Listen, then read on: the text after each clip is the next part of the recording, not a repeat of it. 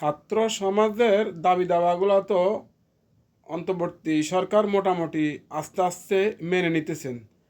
তো তার মধ্যে আরও একটা দাবি খুব জরুরি মেনে নেওয়া দরকার, সেটা হচ্ছে জুলাই গণ অভ্যুত্থানে যারা আহত অবস্থায় আছে তাদের চিকিৎসা সম্পূর্ণ সরকারিভাবে হওয়ার অনুরোধ করছি।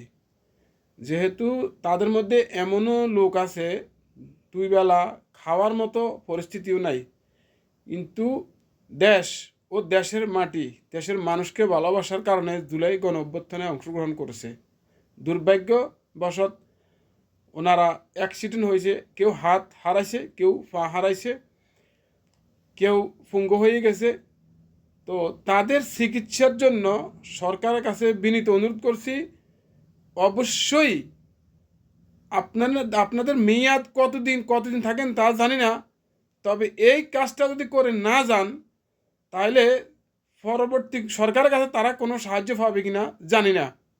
তবে এই জুলাই গণ অভ্যুত্থানের আহতদের পাশে দাঁড়ানো এবং তাদের চিকিৎসা সম্পূর্ণভাবে সরকারিভাবে করার ব্যবস্থা করে দেওয়ার জন্য অনুরোধ করছি।